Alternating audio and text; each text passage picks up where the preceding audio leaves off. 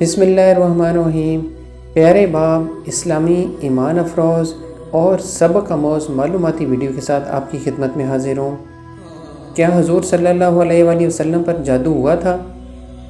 حضرت عائشہ رضی اللہ تعالیٰ عنہ سے روایت ہے کہ بنو زری کے یہودیوں میں سے لبید بن عاصم نامی ایک یہودی نے رسول اللہ صلی اللہ علیہ وآلہ وسلم پر جادو کر دیا، یہاں تک کہ رسول اللہ صلی اللہ علیہ وآلہ وسلم کو یہ خیال آتا کہ میں یہ کام کر رہا ہوں، حالانکہ آپ وہ کام نہیں کر رہے ہوتے تھے۔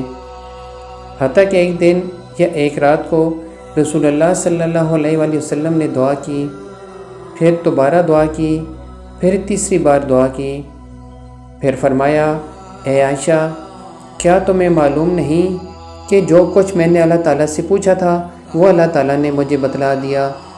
میرے پاس دو آدمی آئے، ان میں سے ایک میرے سرہانے بیٹھ گیا اور دوسرا میرے پیروں کی جانب بیٹھ گیا۔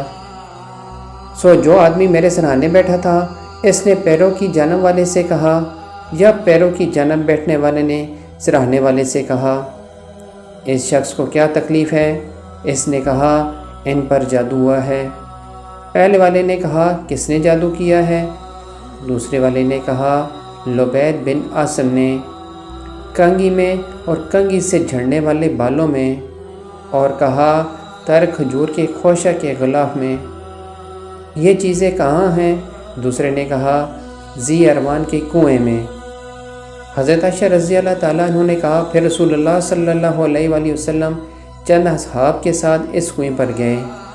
پھر آپ صلی اللہ علیہ وآلہ وسلم نے فرمایا، اے عائشہ، اللہ کی قسم، اس کنویں کا پانی مہندی کے پانی کی طرح تھا اور وہاں کھجور کے درخت شیاطین کے سر کی طرح تھے۔ حضرت عائشہ رضی اللہ تعالیٰ عنہ بیان کرتی ہیں، میں نے کہا، اے اللہ کے رسول صلی اللہ علیہ وآلہ وسلم، آپ نے اس کو جلا کیوں نہیں دیا؟